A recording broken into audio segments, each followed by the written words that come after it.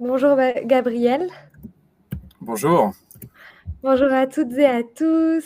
Bienvenue à la webconférence de l'ADI qui invite Swappen aujourd'hui pour parler de la micro-entreprise ou société, quel statut choisir. Bonjour Céline, bonjour Dani.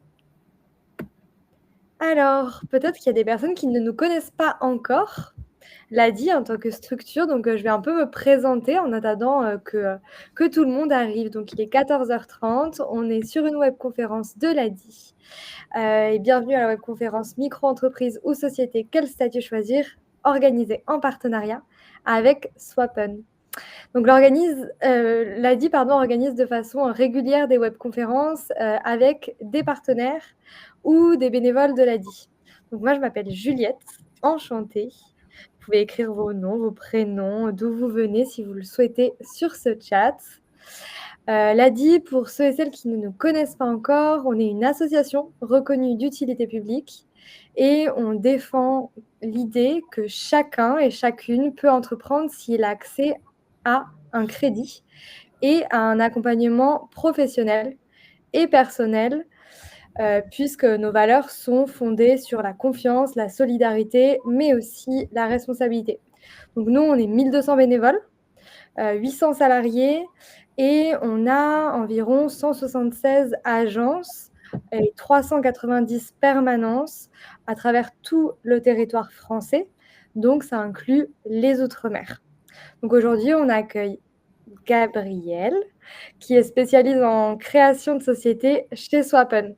Pour présenter brièvement, puisqu'après, je vais laisser la parole à Gabriel, Swappen, c'est une plateforme spécialisée dans la création d'entreprises. Nous, il fait partie de nos bons plans. C'est-à-dire que dès qu'une personne est décaissée, dès qu'elle a obtenu un microcrédit à l'ADI, elle va avoir tout un panel de bons plans et Swappen en fait partie.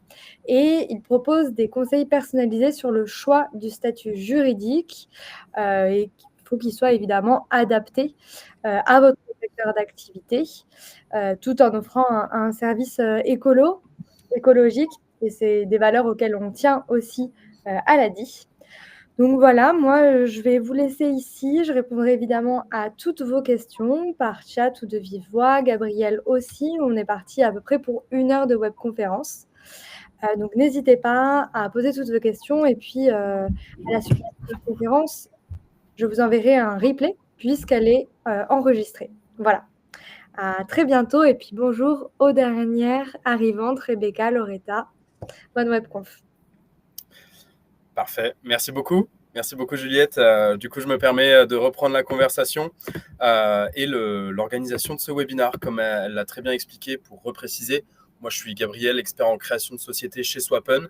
Aujourd'hui, franchement, n'hésitez pas. Je vous invite à être vraiment participatif via le système de chat qui a. Je ferai mon Vous êtes nombreux aujourd'hui, tant mieux, mais du coup, je ferai mon maximum pour pouvoir répondre à toutes vos questions. Si j'en oublie une, n'hésitez pas à la recopier-coller et à la remettre. C'est probablement que ça a défilé peut-être un peu vite. Donc, je ferai mon maximum pour répondre à toutes vos questions. Je précise quand même une chose, si les questions sont un peu trop personnelles, bien évidemment, on aura l'occasion d'en discuter de manière personnalisée après ce webinaire. Le but, là, c'est vraiment que je puisse essayer de voir un peu la phase émergée de l'iceberg de créer une entreprise en France, quels sont les statuts possibles, etc. et de simplifier un petit peu cette vision. Voilà. Comme l'a expliqué Juliette, ça va durer aux alentours d'1 heure. Vous recevrez tous un replay par mail avec la présentation. Voilà. En tout cas, je remercie une dernière fois l'ADI pour l'invitation parce que voilà, c'est grâce à des profils et surtout des acteurs, comme l'ADI, qu'on peut mettre en place des formations simplifiées pour les entrepreneurs qui souhaitent se lancer. Voilà. Déjà, avant toute chose, est-ce que tout le monde voit bien mon écran Est-ce que vous voyez bien la présentation, notamment la première slide Ok, top, merci. Et bien allez, c'est parti. On va être 1 heure ensemble. À savoir que si on doit dépasser un petit peu, bien évidemment, il n'y aura pas de problème. S'il y a beaucoup de questions, je ferai mon maximum pour y répondre. Allez, c'est parti. Donc au programme aujourd'hui, vous aurez l'opportunité d'échanger avec moi sur 3 sujets différents. À savoir, première partie qui va durer aux alentours de 10-15 minutes, c'est les 4 questions qu'on recommande à se poser avant de se lancer. En fait, c'est en guise d'introduction, c'est tout simplement les questions à travers les milliers d'entrepreneurs qu'on a accompagnés. les questions qu'il faut se poser. Ah mince, il y a des personnes qui ne voient pas les slides. Je ne sais pas si c'est moi ou pas. Ah, ok. Bon, peut-être qu'il faut cliquer quelque part pour les faire apparaître. Je vous laisse faire. Deuxième étape, ça, c'est la partie qui va durer le plus longtemps, donc aux alentours de 35-40 minutes. On verra ensemble les différents statuts qui existent en France. On va voir majoritairement des statuts commerciaux. Aujourd'hui, on est là pour parler de société commerciale, tout ce qui va être dans l'immobilier, etc. Bon, ça, je laisserai un notaire répondre à ce genre de questions. Moi, je vais être vraiment spécialisé pour une société commerciale. Et enfin, comment créer une société en France et comment notamment Swappen répond au bon plan de l'ADI. Voilà. Donc, on va commencer par les 4 questions à se poser. Au niveau des 4 questions, on en a listé 4, comme son numéro l'indique. Le but, en fait, des 4 questions, si vous n'avez pas la réponse, ça ne veut pas dire que le projet va échouer, loin de là. C'est juste 4 questions qu'on estime vraiment intéressantes pour pouvoir anticiper tous les tenants et aboutissants d'un projet. C'est très important parce qu'en fait, on peut se rendre compte. Moi, je crois que j'ai dû accompagner. Je crois que j'ai eu mon 1000e cabis il n'y a pas très longtemps. Voilà, j'ai fêté mon 1000e cabis, donc ma 1000e création de société. Par expérience, je peux vous dire une chose, c'est que s'il y a une réponse complètement différente à une de ces 3 questions, ça peut changer complètement le conseil et le statut juridique qu'on verra par la suite. Je vous expliquerai après pourquoi. Première question à se poser, le chiffre d'affaires, notamment celui que je compte faire la première année et les années suivantes. Oui, le chiffre d'affaires, c'est tout simplement le prix de vente fois la quantité que vous allez vendre, tout simplement. Parce que quelqu'un qui va me dire je vais faire 20 000 la première année, puis 50, puis 150, etc., c'est pas pareil que celui qui va me dire je vais faire 40 tous les ans. Voilà. Ensuite, combien d'argent je dois mobiliser ? Oui, au lancement du projet, mais aussi pour le pérenniser. Parce que voilà, il y a des projets qui coûtent très cher à lancer, mais après, il n'y a pas trop de charges. Et à l'inverse, il y en a qui coûtent pas trop cher. Et à l'inverse, plus il y a d'activité, plus ça coûte cher. Et ça, il faut anticiper. Ensuite, les aides dont je peux bénéficier. Oui, parce qu'en fait, il y a certains statuts, il y a certains organismes qui vont vous donner des aides en fonction de votre statut. Notamment l'ADI. On y reviendra à la partie 3. Et après, 4e et dernière question, que j'estime à titre personnel être la plus importante, sur les 1000 cabis, j'ai dû la poser 1000 fois, c'est la rémunération que vous envisagez via votre projet. Plus simplement, parlez-moi de votre situation personnelle en parallèle du projet, puisque ça va impacter fortement le statut.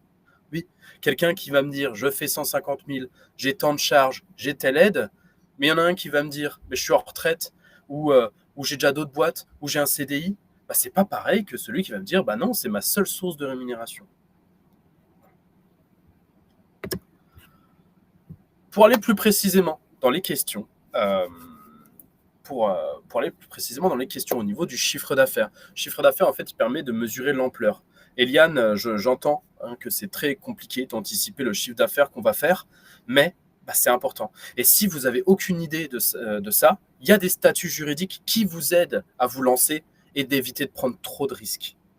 Voilà. Donc, en fait, ça permet de mesurer l'ampleur d'un projet à court, moyen et long terme. Après, si vous avez besoin, si je peux vous donner des conseils pour pouvoir anticiper le chiffre d'affaires, déjà, vous pouvez partir sur un business plan ou une étude de marché. Je sais que de tête, l'ADI, je crois, peut le proposer de tête, ce genre d'analyse, en micro-entreprise, en société, etc., sur votre projet. Il le propose. Voilà. Alors, la progression sur les 3 premières années a-t-elle une incidence sur votre analyse ? Oui, ça peut avoir une grosse incidence. Comme je vous disais, Christian, quelqu'un qui va me dire je vais faire 20, 30, puis 40, c'est pas la même chose que celui qui va me dire je vais faire 30, 70, puis 200. Forcément. Et là, le but, c'est qu'on puisse expliquer factuellement pourquoi. Et ça, on y viendra juste après. Oui, Géraldine, vous pouvez vous faire accompagner par l'ADI notamment. Ils accompagnent très bien dans ce genre de prévision. Voilà, Juliette a déjà bien répondu.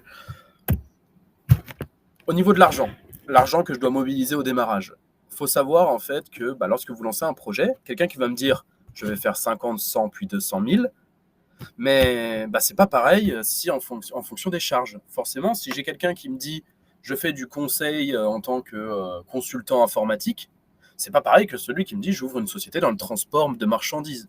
D'un côté, il y en a un, il doit acheter un PC, l'autre, il doit acheter des véhicules. Et on n'est quand même pas du tout sur le même genre de dépenses, au démarrage, mais aussi par la suite. Voilà. Il faut savoir qu'en fait, si vous avez besoin de financement, encore une fois, l'ADI peut vous aider là-dedans avec des microcrédits, etc. Donc ça, ils pourront vous aider. Faut bien l'anticiper, l'apport.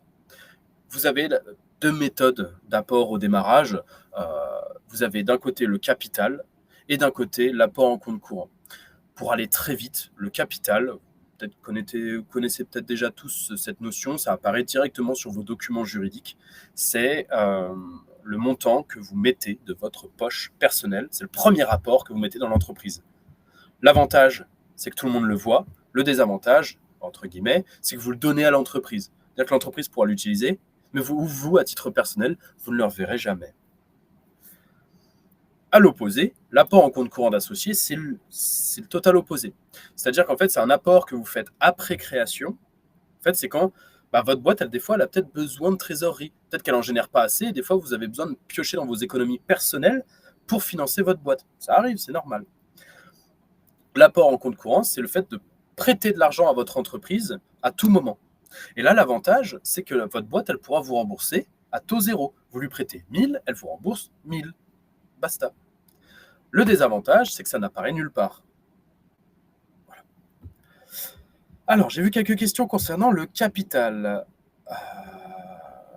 Ouais, Christian, ça peut être bien d'avoir les deux. En fait, je comprends que la question du capital peut être compliquée, du chiffre d'affaires peut être très compliquée. Forcément, on ne peut jamais être sûr de quoi que ce soit lorsqu'on lance un projet. C'est bien d'essayer d'avoir aussi plusieurs scénarios. Un scénario réaliste, optimiste et pessimiste. Et on voit si même le pessimiste peut être quand même rentable. Voilà. Oui, Candy, c'est le minimum légal en France, c'est 1 euro. Alors, bien évidemment, c'est pas du tout ce qu'on conseille, parce que là, si je caricature, je vais à la boulangerie à côté de chez moi, j'achète une baguette de pain, ma baguette, elle vaut plus cher que votre société. Bon, en termes de crédibilité, je pense que vous serez d'accord avec moi, on est proche de zéro.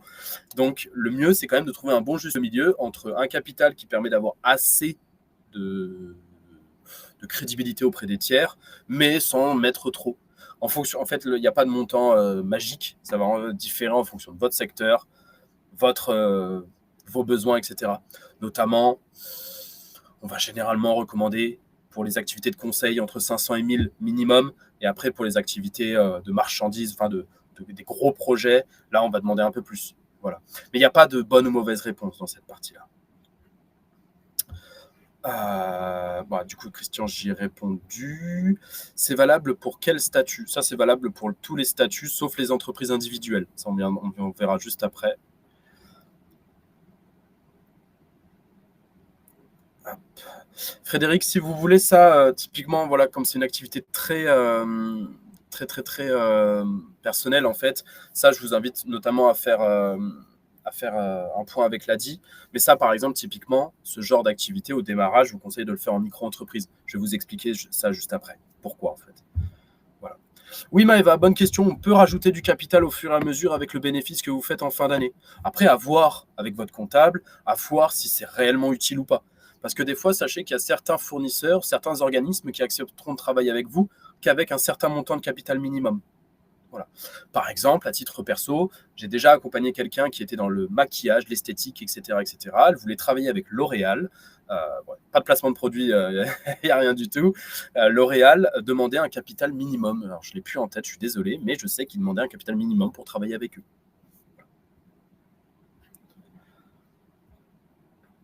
Allez, je vais continuer. Au niveau des aides, il faut aussi essayer d'anticiper. C'est pour ça que faire un call avec l'ADI, c'est aussi très intéressant. C'est parce qu'en fait, vous allez pouvoir essayer d'anticiper les besoins que vous avez en termes de financement au démarrage et eux, comment ils vont potentiellement pouvoir vous aider à y répondre, notamment via des prêts d'honneur, des subventions, etc. Mais il y a aussi des aides liées à la partie État, on va dire, notamment France Travail et l'État directement. Ce que j'appelle les différentes aides au niveau de l'État, vous allez avoir l'ACRE, les ARE et l'ARS. L'ACRE, en fait, lorsque vous lancez un projet, vous y avez tous droit si vous n'y avez pas profité dans les 3 dernières années. L'ACRE, c'est le fait de, grosso modo, diviser par 2 vos charges sociales. En fait, vous vous réduisez considérablement les charges sociales liées à votre rémunération lorsque vous lancez votre société. Parce que vous allez voir, en fonction des taux, qu'en fonction des formes juridiques qu'on choisit, les taux de charges sociales sont complètement différents. Ensuite, vous avez les ARE. L'ARE, c'est tout simplement le fait de pouvoir cumuler et continuer à maintenir son chômage pendant le développement de sa société. En France, c'est une aide, l'aide à la reprise d'entreprise, c'est le fait de pouvoir continuer à percevoir son chômage en développant le projet. La contrepartie, c'est de ne pas se rémunérer, c'est de garder tout le bénéfice. Et ça, c'est top. À contrario, vous avez l'ARS. L'ARS, c'est le fait de pouvoir débloquer 60% de vos droits chômage, mais tout de suite, pour pouvoir en fait financer un projet lorsque vous avez des gros besoins en termes de financement. Je ne sais pas, vous avez besoin d'acheter un gros véhicule dès le démarrage, etc. Vous pouvez directement débloquer 60% de vos droits. Voilà. J'ai vu qu'il y avait quelques questions. Merci Juliette de m'aider à répondre aux questions. Hop.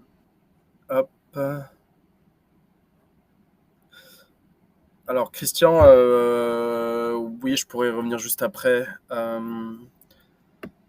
Alors oui, Amandine, oui, les ARE et l'ACRE se cumulent, il n'y a pas de souci. C'est juste que dans le principe, ils sont pas, en fait, ils se cumulent, mais ils sont pas trop cumulables. C'est-à-dire que vous, dans votre cas, vu qu'il vous reste que 5 mois, ça l'est. Mais en fait, dans le principe, c'est qu'avoir l'ACRE, c'est le fait d'avoir une réduction de charges sociales sur votre REM. Et les ARE, c'est le fait de pouvoir garder son chômage en échange de ne pas se rémunérer.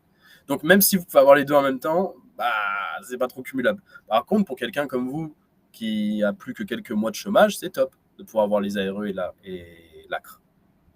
Voilà. Je reviens quelques instants pour Christian en arrière, juste sur les aides.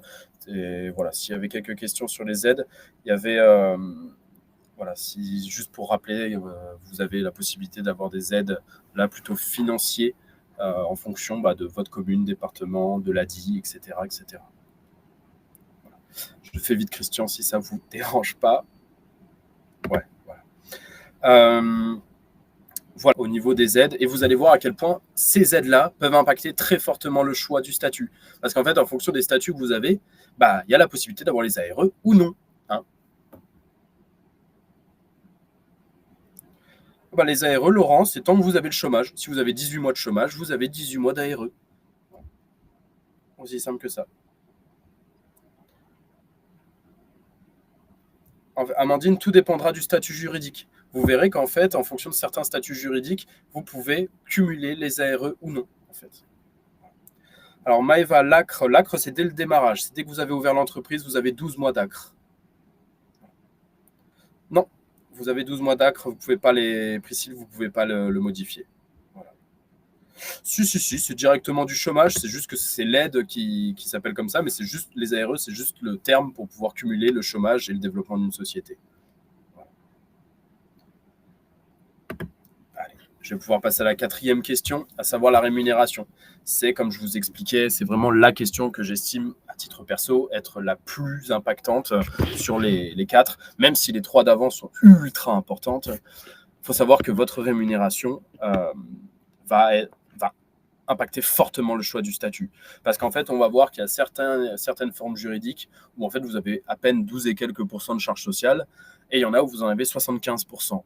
Donc là, je ne vais pas vous faire un dessin, pas besoin d'avoir un doctorat en mathématiques pour savoir que c'est drastiquement différent et qu'il va falloir choisir en fonction de ça. En fait, il va falloir se poser la question, est-ce que j'ai besoin d'une rémunération mensuelle ou plus régulière? Est-ce que j'en ai pas besoin? Est-ce que j'ai le chômage? Est-ce que j'ai un CDI? Est-ce que je peux vivre avec la rémunération de mon conjoint, de ma conjointe, etc. Et tout ça, il faut l'anticiper, il faut se poser la question.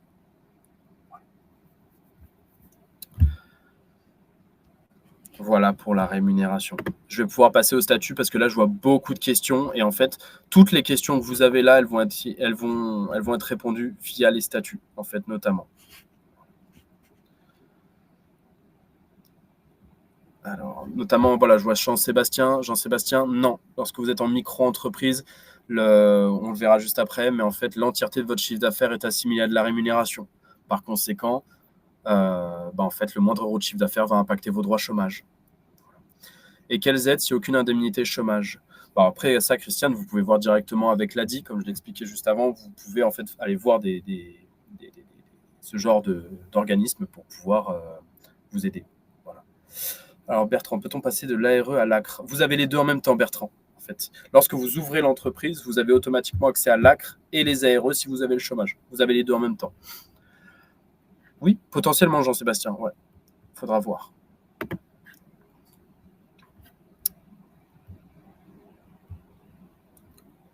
Oui, en soi, en fait, comme je vous disais, Bertrand, en soi, on peut cumuler les ARE et l'ACRE, mais les ARE, c'est le fait de ne pas se rémunérer pour continuer à percevoir le chômage, et l'ACRE, c'est le fait d'avoir une réduction de charges sociales sur la rémunération. Par conséquent, oui, sur le papier, ils sont cumulables, mais dans la réalité, bof, en soi. Voilà. Alors, en entreprise individuelle... Okay. Oui, Sandrine. Oui, c'est comptabilité en charge. Allez, je vais pouvoir passer au statut juridique. Donc là, en fait, on va voir les formes juridiques sur 2 points. Vous allez avoir le bloc entreprise individuelle et l'autre bloc société. On va voir chaque type d'entreprise, on va les voir sur 3 éléments. Social, fiscal et juridique. Et après, on y mettra des exemples d'avantages et inconvénients. Et comme ça, vous pourrez vous retrouver dedans ou non. Si vous ne vous retrouvez absolument pas dedans, c'est probablement que la forme juridique n'est pas adaptée à votre situation. Voilà. Alors, Christian, je vous souhaite un jour de faire une société anonyme, mais là, on est quand même sur des sociétés qui veulent concurrencer des boîtes comme Google. Vous faites comme vous voulez, mais chez Swappen, on ne sera pas sur ce genre de niveau. Société anonyme, on est sur du 40 000 € d'investissement minimum avec 7 associés. Voilà, c'est des très, très grosses boîtes. Donc là, on ne les met pas au démarrage. Voilà, ce n'est pas le genre de société qu'on lance au démarrage.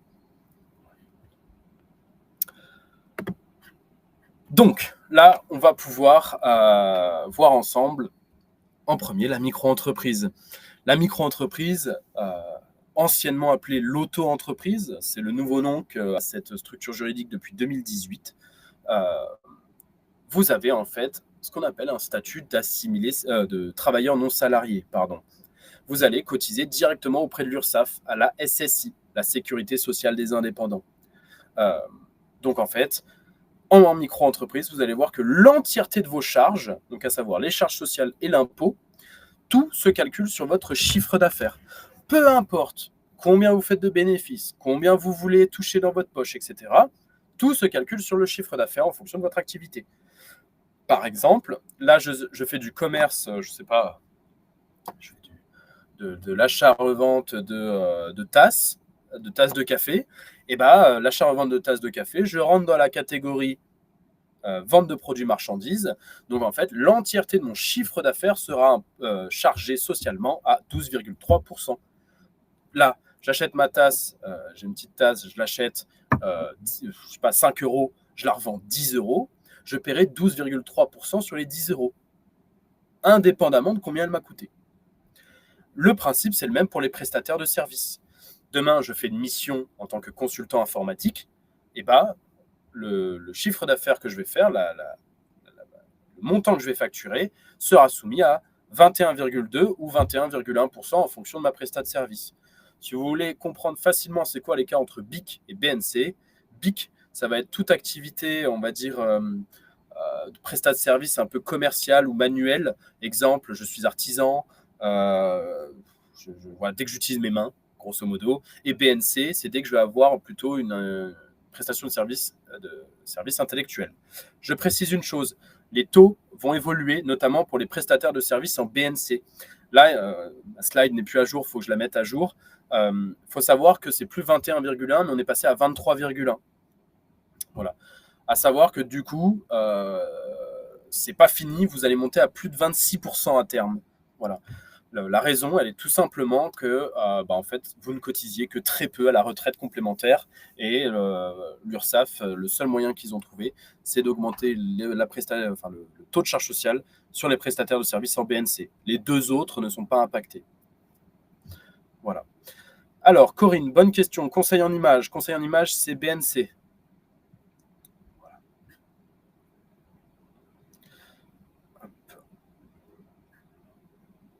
Alors, oui, Jean-Sébastien, ouais, c'est ça. C'est BIC, ça, par exemple. Monteur vidéo, BNC. Voilà. Oui, exactement, Isabelle. Ceux qui sont en BNC auront une meilleure couverture retraite. Exactement. Conciergerie hébergement, non, c'est BIC ça. Service à la personne, c'est BNC. Voilà. Si vous avez besoin, après qu'on en discute, non, Pierre, malheureusement, on ne peut pas ne pas cotiser à la retraite. C'est dans les mœurs françaises, c'est dans les valeurs françaises. On peut pas, voilà, c'est comme ça que ça fonctionne malheureusement. Alors, pour répondre encore à quelques questions, Gloria, on sera sur de la vente de marchandises pour le magasin. Idem, Christophe. Décoration d'intérieur, non, pour moi, Isabelle, on sera sur du BIC. Voilà, pour l'activité. Après, pour vous expliquer plus précisément, au niveau fiscal maintenant, en fait, il faut bien comprendre qu'en micro-entreprise, vous allez être à l'impôt sur le revenu. L'entièreté de votre chiffre d'affaires sera considérée comme du revenu imposable. Néanmoins, vous avez un abattement en fonction de l'activité. Je reprends mon exemple de commerce de tasses. Imaginons en fin d'année, j'ai fait 100 000 euros de chiffre d'affaires. Je vais y enlever 71%. Il va du coup rester 29 000 euros. Et les 29 000 euros là seront à imputer à mon impôt sur le revenu personnel. Donc si j'ai d'autres sources de revenus, la micro-entreprise augmente mon impôt. Voilà. Et ça marche dans le même principe pour les BIC et les BNC. C'est-à-dire qu'en fait, j'y applique un abattement et le reste est imposable à l'impôt sur le revenu. Voilà.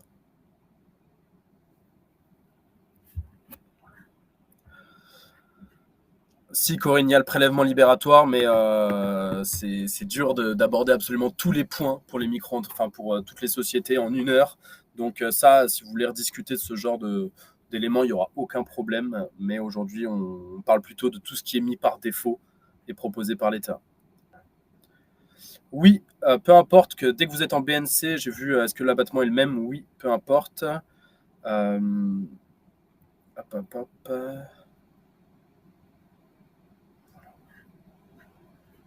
Oui, Gloria, c'est entièrement légalement possible. Après, il faut voir si c'est vraiment adapté, le magasin alimentaire en micro. Pour finir, au niveau juridique, vous êtes impliqué en personne physique. Ça veut dire que toute l'activité est en votre nom propre. C'est-à-dire que là, j'ai une micro-entreprise, elle va forcément s'appeler comme mon nom-prénom. C'est-à-dire qu'il n'y a pas de séparation entre le patrimoine pro et perso. En gros, demain, j'ai plein de dettes. En fait, l'État a le droit de venir chercher certains biens personnels. Il faut bien le prendre en compte en micro. Pour finir, il y a très peu de formalités à la création, mais aussi lors des déclarations mensuelles ou trimestrielles. Il faut savoir qu'en fait, pour pouvoir payer vos charges sociales, c'est tout simple, c'est que vous allez déclarer votre chiffre d'affaires auprès de l'URSSAF tous les mois ou tous les 3 mois, en fonction de ce que vous choisissez, pour que l'URSSAF puisse savoir en temps réel combien vous faites de chiffre d'affaires. Voilà.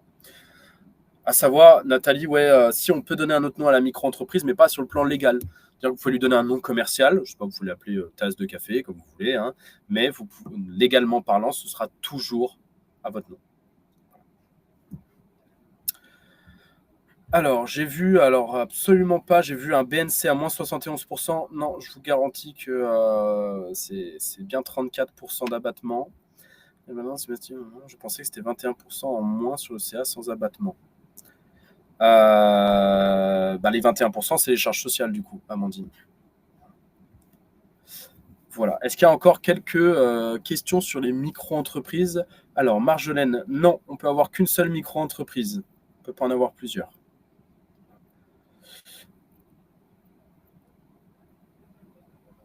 Ouais, bonne question, Thomas. C'est vrai que comme aujourd'hui, on n'a pas énormément, on ne peut pas tout voir ensemble aujourd'hui. C'est vrai qu'il y a des seuils en micro-entreprise, petit, hein, comme son nom l'indique. Lorsque vous êtes en commerce, donc les 12,3%, vous avez un seuil d'à peu près 188 000 euros annuels de chiffre d'affaires. Si vous le dépassez 2 années consécutives, vous n'avez légalement plus le droit d'être en micro-entreprise et vous devez passer en société. Dans le cas où vous êtes en prestat de service, peu importe, en BIC ou en BNC, le seuil il est à 77 700. Voilà. Et là, vous êtes obligé, si pareil, si 2 années consécutives, vous devez passer en société ou en EI, pardon.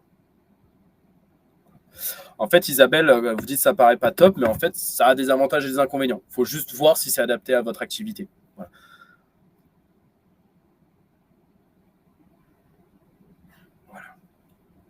Si vous avez des questions vraiment personnelles, franchement, comme je vous l'ai expliqué en début, on pourra vraiment en discuter. Mais même cet après-midi, il y aura les équipes Swappen qui pourront y répondre sans problème. Sans problème.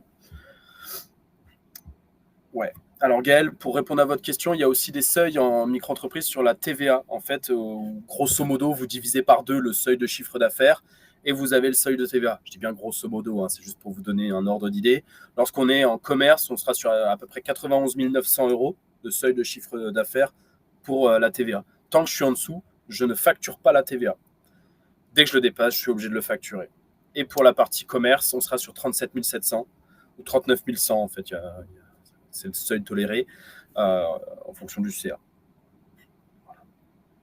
Alors Priscille, bonne question. Le truc, c'est qu'en micro-entreprise, en venant à la slide d'après pour vous parler des avantages et inconvénients, en fait, en micro-entreprise, vous déduisez aucune charge.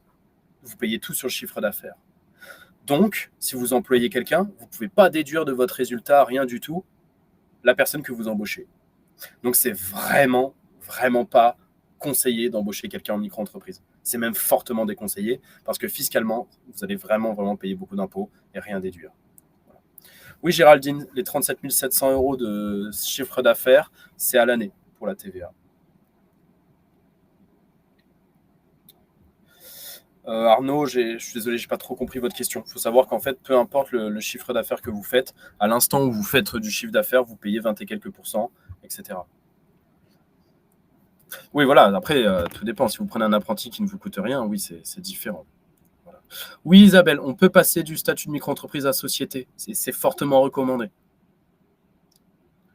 Sonia, on sera sur la partie on sera sur du commerce pour votre activité.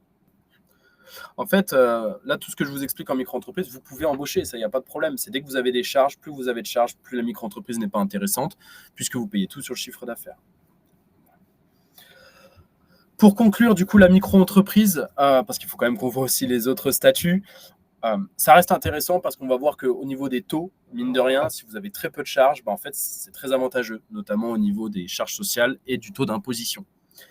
La micro-entreprise, j'ai vu qu'il y en a qui disaient que c'était pas top. Mais en fait, il y a quand même des très gros avantages que les autres statuts n'ont pas. C'est que la micro, c'est gratuit à ouvrir, c'est gratuit à gérer, c'est gratuit à fermer. Donc pour tester un projet à court terme, c'est topissime. Du coup, on n'engage pas d'argent, on n'engage pas... voilà, c'est très intéressant. Par exemple, je vais me lancer en tant que consultant, c'est top, c'est top. Par contre, dès qu'on commence à stabiliser le projet et qu'il commence à être assez rentable, etc., moi, je vous conseille très rapidement d'anticiper et de ne pas attendre que ça vous tombe dessus, parce que là, vous allez vous retrouver à payer beaucoup d'impôts et beaucoup de charges sociales, souvent pour rien. Voilà. Alors, j'ai mis pas de comptable à payer, ça faudra que je change la manière, l'expression. On va plutôt l'appeler pas de frais de fonctionnement. En fait, on va l'appeler plutôt sur un plan, en fait, il n'y a pas besoin d'un compte bancaire professionnel, vous avez besoin d'un compte bancaire dédié, il n'y a pas besoin de comptable, il n'y a pas besoin d'assurance, enfin, si vous pouvez faire appel à une assurance, mais en fait, il faut bien prendre en compte que la micro-entreprise, elle vous coûte presque rien. C'est ça qui est top. Voilà. En micro-entreprise, je vous conseille vraiment pas de faire appel à un comptable, surtout en micro-entreprise, parce que votre seule obligation, vous avez que 2 obligations. Éditer des factures pour vos clients et déclarer votre chiffre d'affaires auprès de l'URSSAF une fois par mois ou une fois tous les 3 mois. Normalement, faire un copier-coller du chiffre que vous avez fait sur 30 jours, vous devriez être capable de le faire. Et éviter de payer quelqu'un 100 € par mois pour vous le faire. Voilà. Après, il y a des points négatifs. On les a abordés, notamment qu'il y a des plafonds, parce que la micro-entreprise, c'est vrai qu'on va être limité. Mais du coup, c'est bien pour lancer et stabiliser un projet. Si je dépasse 2 années consécutives les seuils que je vous ai donnés il y a quelques instants, en fait, on est obligé légalement de passer en entreprise individuelle. Et vous allez voir, on va le voir juste après, c'est rarement un statut intéressant. Alors, je ne dis pas qu'il n'est jamais, mais il faut analyser pour voir si c'est vraiment fait pour vous. C'est impossible de déduire des frais en micro-entreprise. Comme je vous disais, il n'y a aucune optimisation possible. Plus je fais de chiffres, plus je paye. Et pour finir, il n'y a pas de distinction entre votre patrimoine pro et perso. Grosso modo, il y a énormément de dettes. L'État a le droit de venir chercher vos biens perso. Voilà. Alors, je vais répondre encore à quelques questions et après, on va passer aux EI. Alors, Mohamed, l'EIRL n'existe plus depuis mai 2022, pour information. Hop. Ophélie, pouvez-vous rappeler les seuils? Ouais, alors quand vous êtes en commerce, vous avez 188 000 € de seuil annuel à ne pas dépasser 2 années consécutives. Et quand vous êtes en prestation de service, on est sur 77 700. Voilà. Non, c'est pas plafonné, vous pouvez dépasser, il n'y a pas de problème.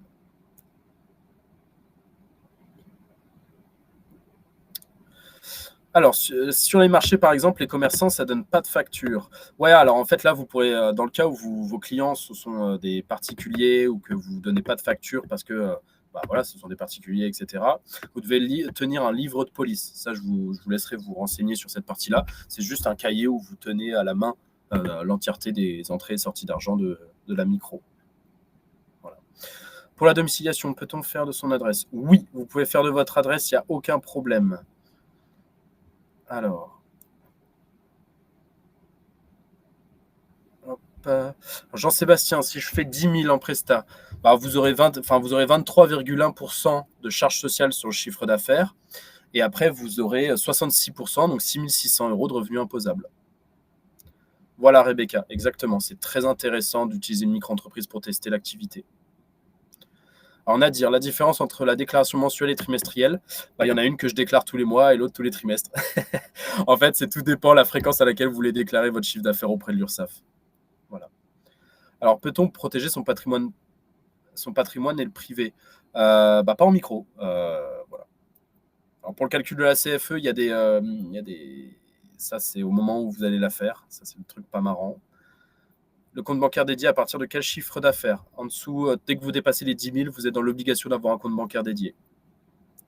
Voilà. Et allez, c'est parti.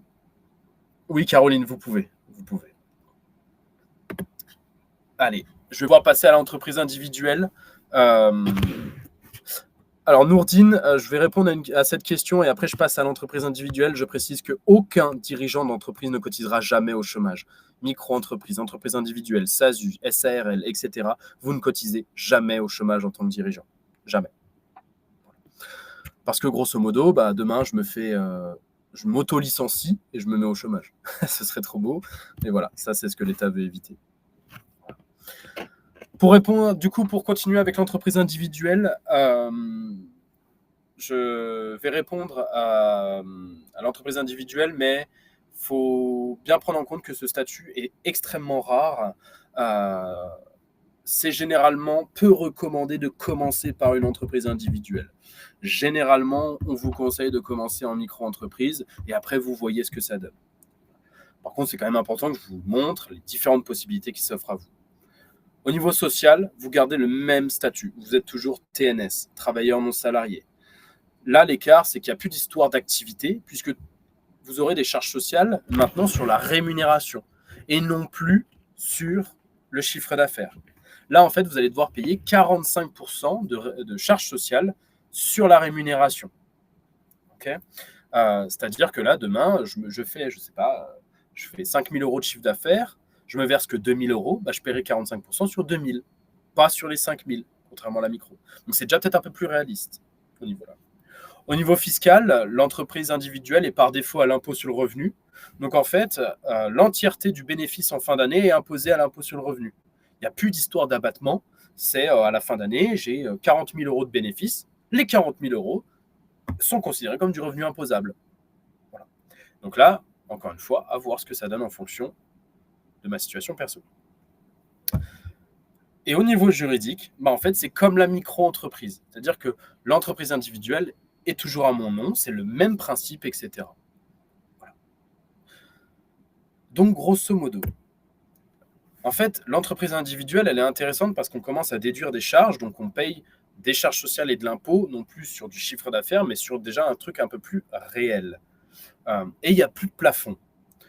Le souci de l'entreprise individuelle, c'est que malgré tout ça, vous n'avez pas vraiment d'optimisation. Parce qu'en fait, l'entièreté du bénéfice est considérée comme du revenu imposable. Donc plus je vais faire de bénéfices, plus je vais payer d'impôts. Donc il n'y a pas trop d'optimisation possible. Ensuite, très peu de protection patrimoniale. Encore une fois, alors le bouclier, il est un peu plus dur que celui de la micro-entreprise, il est un peu plus résistant, mais il reste quand même très très très fin. Voilà. Et pour finir, là aussi au niveau des avantages, c'est que vous avez besoin d'un suivi comptable. Vous avez, ce qu'on appelle besoin d'un suivi comptable, c'est que vous avez des charges fixes, des frais de fonctionnement. Vous avez le compte pro, vous avez le comptable, parce que là, il y a besoin de faire un bilan, un compte de résultat, une liasse fiscale. En fait, en gros, l'entreprise individuelle, elle va souvent avoir, entre guillemets, le défaut des deux mondes. C'est-à-dire qu'en fait, vous aurez d'un côté la partie protection patrimoniale négative de la micro-entreprise, la non-optimisation de la micro-entreprise, mais les obligations d'une société. Voilà. Par contre, ça peut être quand même intéressant dans certains cas de figure, ou dans certains cas, je ne sais pas, le chef d'entreprise, il y a certaines typologies d'activités où on ne peut pas être en société. Je pense notamment aux kinés, etc., etc. Enfin, si vous pouvez, pardon, mais il y a certains kinés qui ne veulent pas s'associer, ils veulent rester tout seuls. Ça, on verra ça dans une autre conférence. Voilà. Alors, Aminata, peut-on être salarié à côté en tant que micro-entrepreneur? Oui, il n'y a aucun problème. Si on ouvre la micro, peut-on aller jusqu'à la retraite et au-delà? Bien sûr, il n'y a pas de souci. Par contre, je vous invite à tout de suite aller regarder sur le site de l'URSSAF et faire des simulations, parce qu'un micro-entrepreneur qui reste en micro toute sa vie, il va avoir une retraite extrêmement faible. En fait, Célie, si vous prenez l'impôt sur les sociétés en EI, c'est une option. Et en fait, vous n'en faites rien. Vous le laissez obligatoirement sur les comptes de l'entreprise pour l'année d'après. Donc pareil, il n'y a pas trop d'optimisation. Vous ne pouvez pas le réinvestir. Vous ne pouvez rien faire avec ça. Hop. Je vous en prie. Parce que les autres cotisations... Oui, Rebecca, vous pourrez changer de statut. C'est pour ça qu'en fait, plutôt que de dépasser les seuils 2 années consécutives et attendre que l'EI nous tombe dessus, je vous conseille fortement une fois que vous commencez à faire du chiffre, franchement, un prestataire de service qui commence à dépasser les 40, 50 000 euros de chiffre d'affaires annuel, ça peut déjà être intéressant de voir et de voir si c'est intéressant ou pas de passer en société. Voilà. Je vais passer aux sociétés parce que là, le temps avance assez vite. Vous avez beaucoup de questions, c'est cool, mais j'essaie de pouvoir un petit peu avancer. S'il y en a d'autres à la fin, bien évidemment, j'essaierai d'y répondre un maximum. Là, on va parler société. Donc là, on va vraiment rentrer, entre guillemets, dans la cour des grands. On va tout de suite parler de réelle société où là, il y a des possibilités presque infinies. Là, on va parler SAS ou SASU. La SAS, c'est la société par action simplifiée. Et la SASU, c'est la société par action simplifiée unipersonnelle. Concrètement, les deux boîtes, c'est exactement les mêmes. La seule différence, c'est que la SASU, vous êtes seul associé. SAS, vous êtes 2 ou plus. Voilà. Les dirigeants seront au statut d'assimilés salariés. Tout comme un salarié, vous allez cotiser, vous allez devoir éditer des fiches de paye et cotiser au régime général. Vous aurez la même couverture sociale qu'un salarié cadre. Donc là, en termes de protection sociale, prévoyance, retraite, tout est au max. On ne peut pas faire plus. La contrepartie, vous le voyez, c'est qu'on a un taux de charge sociale sur la rémunération qui est très fort. On est sur à peu près 75%. Donc là, on est en septembre, je me verse 1 000 euros de salaire, j'ai 750 euros de charge sociale à payer le mois suivant. OK ? À ça, au niveau fiscal. Au niveau fiscal, vous aurez ce qu'on appelle l'impôt sur les sociétés. En SAS ou SASU, vous allez payer de l'impôt sur le bénéfice. Donc, pour rappel, vous allez avoir un chiffre d'affaires auquel on va y enlever vos charges d'entreprise, les déplacements que vous avez, les charges d'exploitation, etc. Auquel on va y enlever votre salaire, les cotisations sociales qu'il y a dessus. Et après, il restera, en tout cas je vous le souhaite à tous, un bénéfice. Et ce bénéfice, en France, il est taxé à 15% de 0 à 42 500, puis 25% sur la tranche supérieure. Donc là, je reprends ma fameuse activité d'achat-revente de tasses. Imaginons, je déclare 50 000 euros de bénéfice en fin d'année. Et de 0 à 42 500, je vais avoir 15%. De 42 500 à 50 000, je vais avoir 25%. Ça, les 50 000 dont je vous parlais, c'est ce qu'on appelle le bénéfice brut. Une fois que j'ai payé l'impôt, il va rester ce qu'on appelle un bénéfice net, autrement appelé un bénéfice après impôt. Et là, en France, deux choix. Ce bénéfice, vous pouvez le verser aux actionnaires, c'est ce qu'on appelle le versement de dividendes, ou le laisser sur les comptes de l'entreprise pour l'année d'après, en trésorerie, en gros. Ce versement de dividende, il est taxé à 30% net d'impôt. C'est ce qu'on appelle la flat tax. Là, imaginons, là, je reprends mon exemple, j'ai fait mes 50 000, on va dire approximativement qu'il me reste 40 000. Bah, je n'ai peut-être pas envie de me verser les 40, hein, je vais peut-être me verser 10 000. Et ben, je vais toucher 7 000 euros dans ma poche, net d'impôt. Les dividendes ne sont pas imposables à l'impôt sur le revenu. C'est-à-dire que j'ai beau être marié, avoir d'autres sources de rémunération, etc., ça ne viendra pas gonfler mon impôt perso. C'est l'énorme avantage des dividendes. Le gros désavantage, parce que sinon vous allez me dire, bah, tout le monde se verse que des dividendes, bah, c'est déjà de 1, c'est que c'est qu'une fois par an, les dividendes, et ça n'inclut aucune protection sociale. Pour finir, au niveau juridique, vous créez ce qu'on appelle une personne morale. C'est-à-dire qu'en fait, là, ça y est, l'entreprise peut avoir tous les noms du monde, sauf votre nom et votre prénom. Donc là, en fait, c'est une vraie société qui va créer son propre patrimoine. Là, en l'occurrence, le bouclier, il est extrêmement résistant. Et en cas d'échec, l'État n'a théoriquement pas le droit de venir chercher vos biens perso. Je dis bien théoriquement, parce qu'il y a 2 éléments qui font que l'État peut transpercer ce bouclier. C'est tout aspect illégal.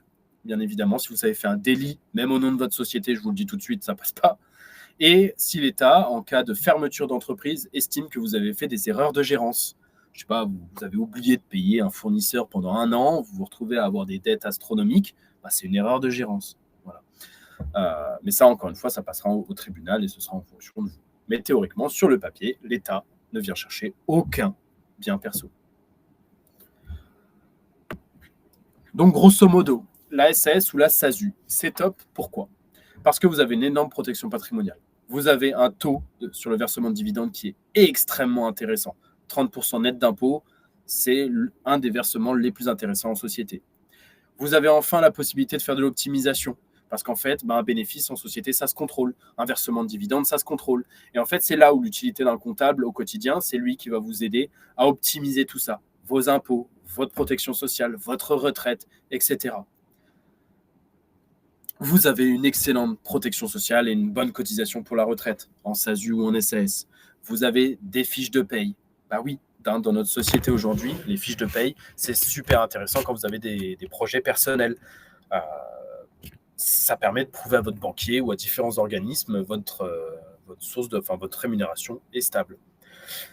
J'ai vu une question passer. Est-ce qu'on est obligé de se verser un salaire ? Non. En SAS ou en SASU, il faut savoir que c'est la seule forme juridique en France qui vous permet de ne pas payer le moindre euro de charge sociale. Donc, pas de salaire égale pas de charge sociale. Donc, c'est souvent un statut utilisé par des personnes qui ont d'ores et déjà une source de rémunération. Un CDI, du chômage, d'autres boîtes, etc. Voilà. Je dis bien souvent, parce qu'il faut toujours discuter de vos projets, voilà. Mais si ça peut déjà vous aider. Après, au niveau des points négatifs, on va être sur une rémunération qu'on appelle traditionnelle. Voilà, bon, je pense que vous l'avez tous vu, 75% de charge sociale sur la rémunération, c'est extrêmement fort. Voilà. Et enfin, entre guillemets, un point négatif, c'est qu'une société, une SASU, une SAS, elles ont des frais de fonctionnement fixes. Une société, même si elle ne tourne pas, vous avez quand même un minimum de au moins sortir 100 à 150 euros par mois pour tous les frais. Le compte pro, l'assurance, le comptable, etc. Vous avez quand même un minimum de 100 150 euros par mois à sortir. Voilà. En moyenne, je parle. En moyenne. J'ai loupé pas mal de questions. Avant que je passe aux SARL. Hop.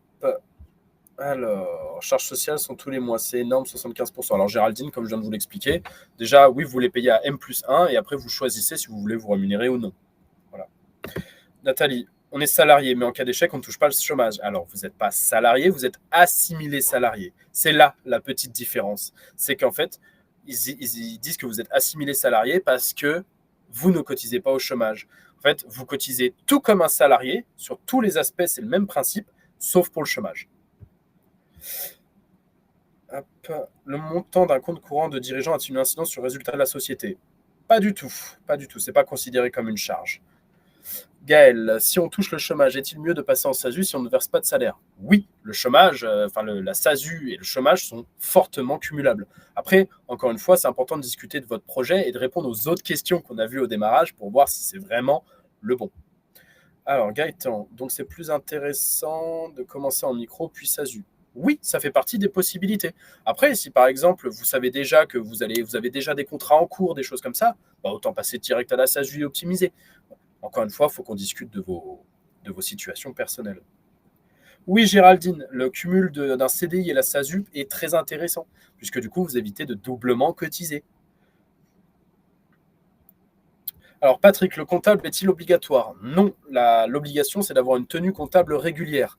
Après, si vous si vous voulez pas faire de compta, partez en micro-entreprise plutôt dans ce cas. Une société, vous devez y mettre tout votre temps théoriquement dans autre chose que la gestion comptable. Voilà. Et le compte pro, oui, le compte pro est obligatoire. Alors, que pensez-vous de certaines offres commerciales quand on voit passer des pubs sur le net pour des comptables à 5 euros par mois? Alors, un comptable à 5 euros par mois, euh,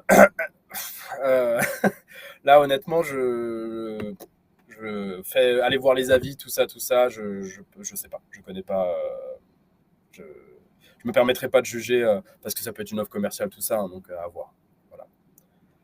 Alors, et quand on a des paiements de handicap, excusez-moi Rachel, j'ai pas bien compris, mais si en gros si vous touchez une aide, notamment de l'AGFIP, etc., je vous invite à voir avec eux directement, mais normalement, le cumul avec la SASU, il n'y a pas de problème. Il n'y a pas de problème. Voilà. Je vais continuer. Hop. Oui, vous pouvez vous verser que des dividendes, Gaël. Par contre, attention, encore une fois, ça n'inclut aucune protection sociale. La SASU, pas de salaire, pas de protection sociale, euh, de vous tomber dans l'escalier, vous payez l'opération. Voilà. Très dangereux. Pour finir, au niveau des sociétés, déjà, merci à tous d'avoir autant de questions, c'est top, ça vous intéresse, c'est top. Pour finir, au niveau des sociétés, on va avoir la SARL et le URL.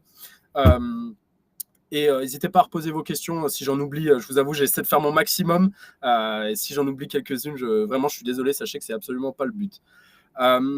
Au niveau de la SARL, le URL, c'est le même principe que la SASU SAS, c'est-à-dire que la SARL, société à responsabilité limitée, vous êtes deux ou plus, et en EURL, vous êtes tout seul. C'est les deux mêmes statuts. Vous cotisez pareil, etc. C'est juste le nombre d'associés. Je précise que le nombre d'employés n'impacte pas du tout la forme juridique. Vous pouvez être en EURL et avoir 50 employés. Pas de problème. Là, si vous regardez bien, en fait, on va avoir un statut qui est un peu hybride entre l'entreprise individuelle et la SASU, la SAS. En fait, on va voir qu'au niveau social, on est comme le I, mais au niveau fiscal et juridique, on est comme la SAS. En fait, au niveau social, on va revoir un statut que vous avez beaucoup vu aujourd'hui, à savoir le statut de TNS.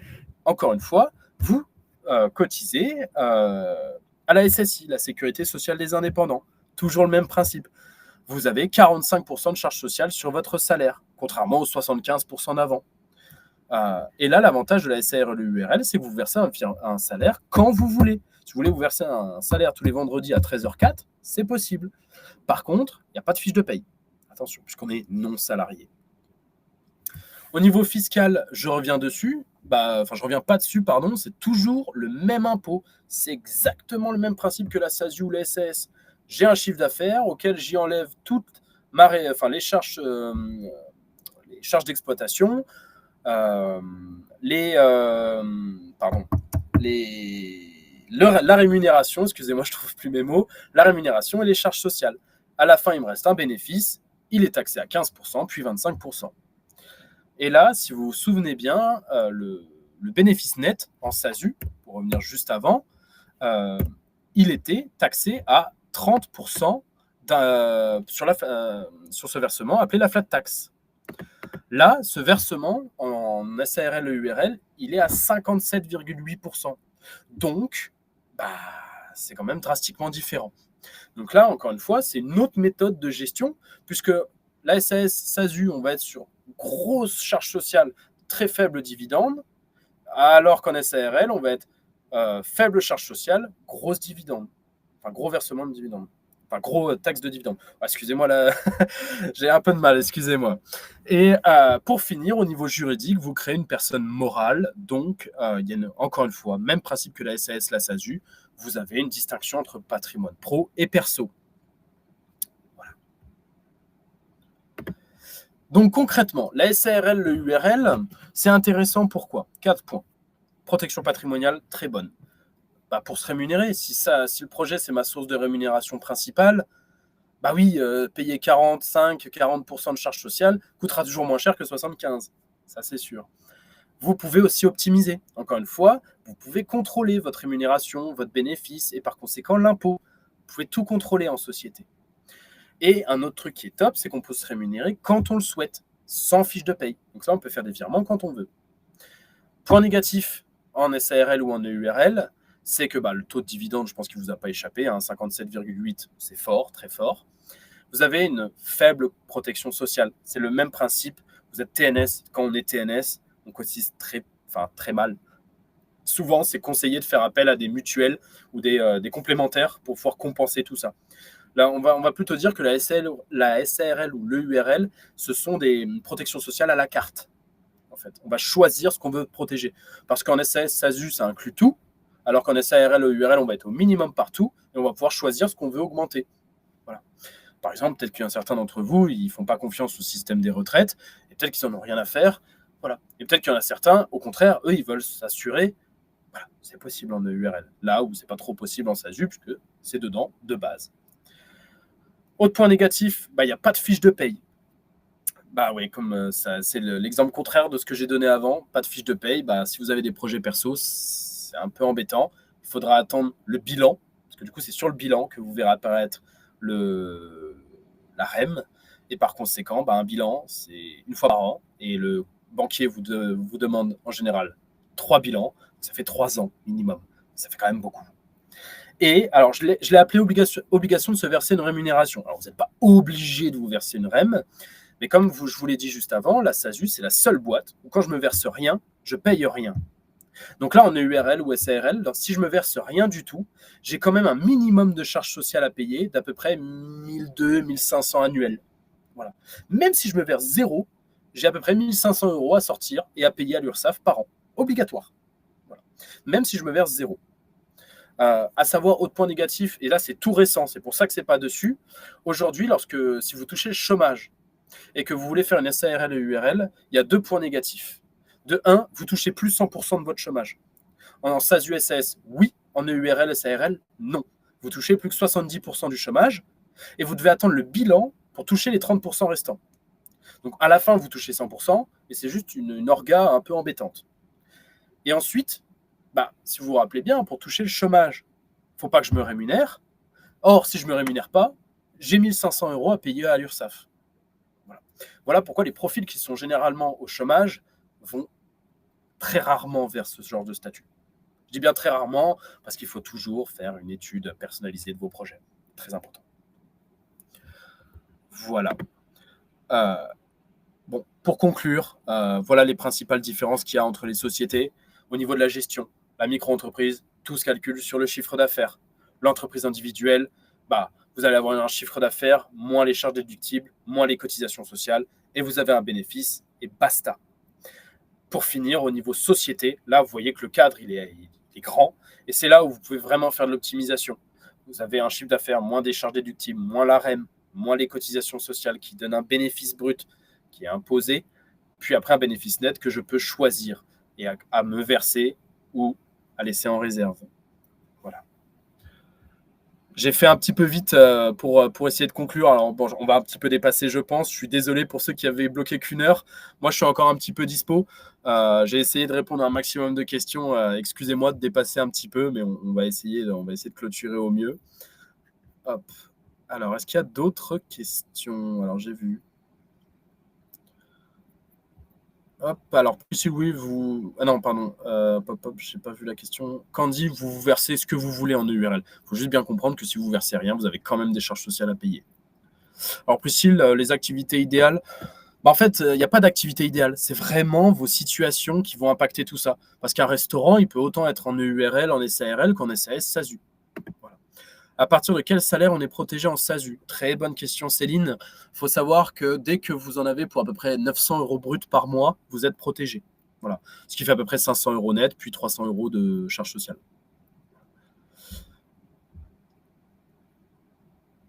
Alors, hop.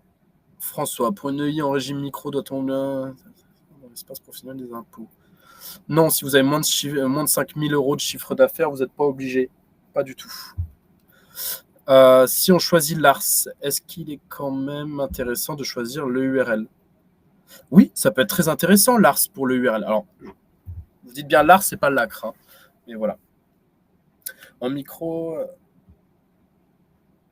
Là, alors, là, acheter des marchandises et les vendre, c'est pas pareil, Oudzik. Peut-on passer de EI ou de société à EI micro? Non, Marjolaine, ce ne sera pas possible dans le sens là. Et c'est très fortement peu recommandé. C'est tout le temps dans l'autre sens qu'il faut le faire.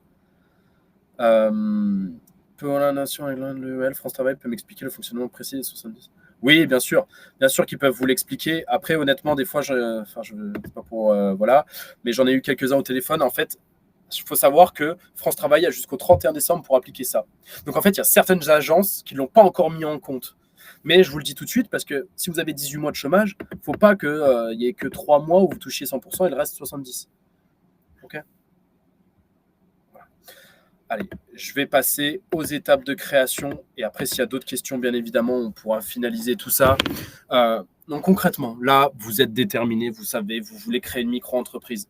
La micro-entreprise, comme je vous le disais, c'est gratuit à ouvrir, c'est gratuit à gérer, c'est gratuit à fermer. Pourquoi? Parce qu'en fait, c'est extrêmement simple. Une micro-entreprise, il vous suffit de vous rendre sur le site de l'INPI, INPI.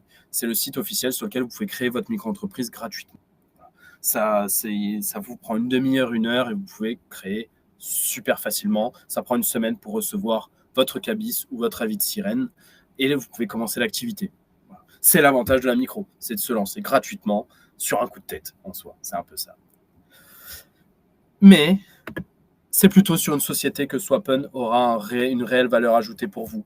Parce que créer une micro-entreprise, vous rentrez uniquement quelques informations et la micro, elle est créée. Par contre, créer une société, c'est pas pareil. C'est beaucoup plus compliqué.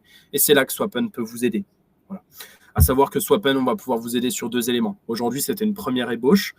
Mais le but, c'est que dans un premier temps, on puisse discuter tous ensemble, de manière personnalisée, de vos situations pro et perso. Voilà, si vous l'avez bien compris, en fait, on vous posera les fameuses 4 questions pour savoir si, pour pouvoir vous aider et vous orienter vers le bon choix du statut. Parce que si vous l'avez bien compris, les situations personnelles impactent extrêmement le choix du statut. Après, une fois qu'on aura discuté ensemble et qu'on est parti potentiellement sur une société, c'est là que Swappen pourra intervenir une seconde fois, notamment sur l'accompagnement administratif. Swappen, on va s'occuper d'absolument toute la création de la société, de A à Z. Toute cette frise-là, c'est 2 semaines maximum où on s'occupe de créer toute votre société. Vous ne rédigez aucun document, on s'occupe d'absolument tout.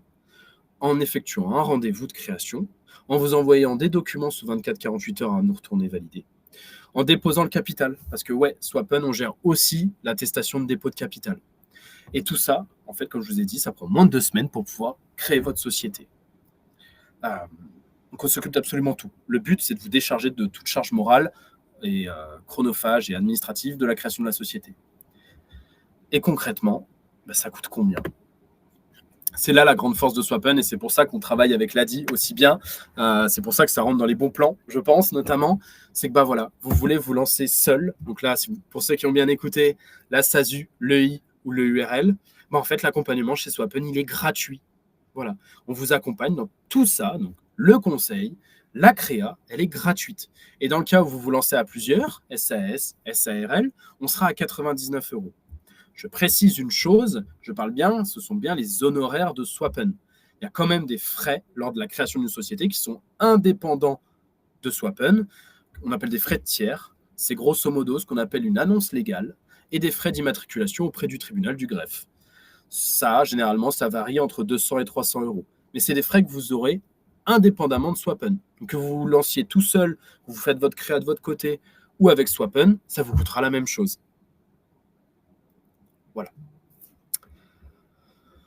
Voilà, j'ai conclu assez rapidement.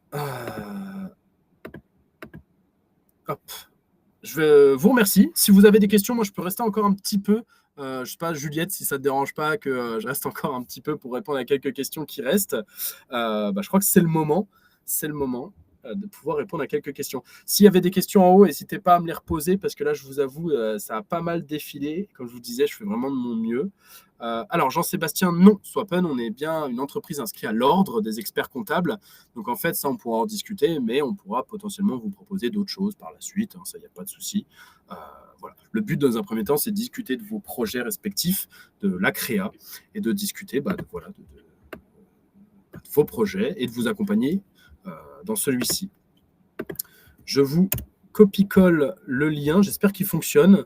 Normalement, pour ceux qui ne veulent pas scanner le QR code parce que c'est un peu embêtant, voilà, je vous invite à cliquer sur le lien pour prendre rendez-vous pour discuter.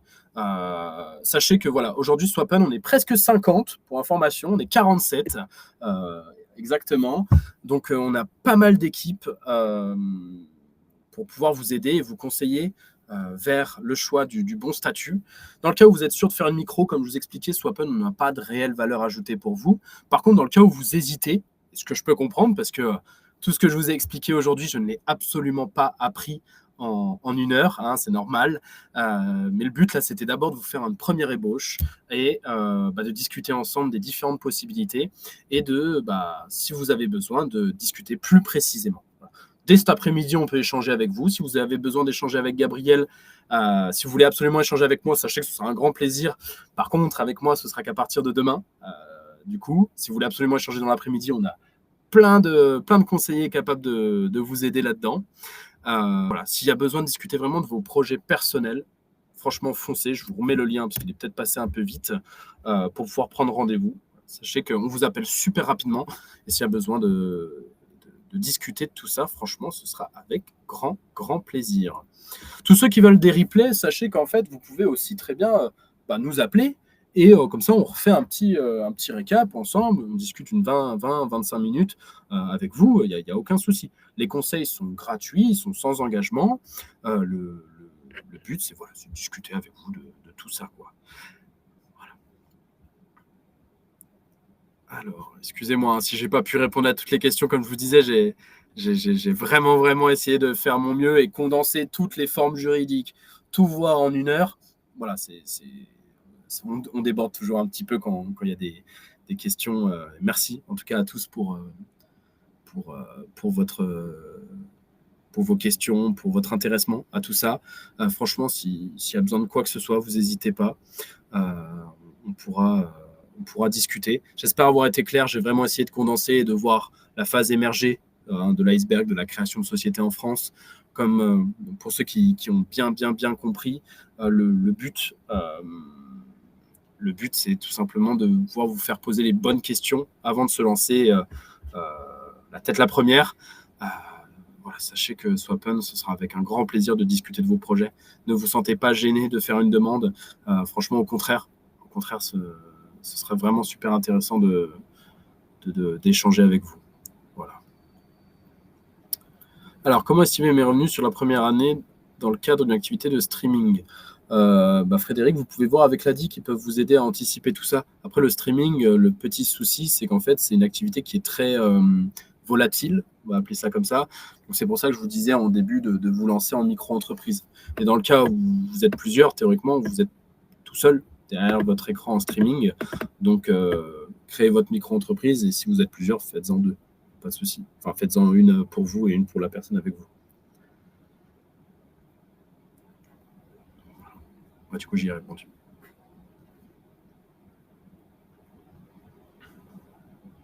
Voilà. Et parfait. Écoutez, s'il n'y a pas d'autres questions, j'espère vraiment que ça vous a plu. Vous recevrez tous le replay par mail.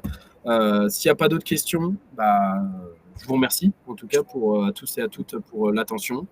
Et j'espère que ça vous a plu. S'il y a besoin de quoi que ce soit, comme je vous ai dit, n'hésitez pas.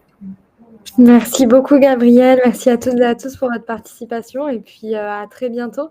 Sachez qu'à l'ADI, la semaine du 2 au 8 octobre, on a une campagne. Chaque année, on a des campagnes 4 fois par an. Et donc, il y a plus de 500 événements partout en France, des ateliers, des webconférences. Donc, n'hésitez pas à appeler. Vous avez le numéro sur notre site internet. Et oui, Sonia, vous aurez le replay ADI. N'hésitez pas, en tout cas. à nous appeler, donc comme je vous disais, soit pour la création d'une micro-entreprise et donc vous accompagner dans vos démarches financières aux côtés de l'ADI, ou pour avoir un autre statut et connaître toutes des formes juridiques avec Swappen. Voilà. Merci beaucoup Isabelle, merci Gaëtan et puis merci Merci à à tous. toi surtout Gabriel. Merci à toi, Juliette, pour l'invitation. Merci beaucoup. Passez une excellente journée. À très bientôt. Bonne journée, à bientôt. Merci encore.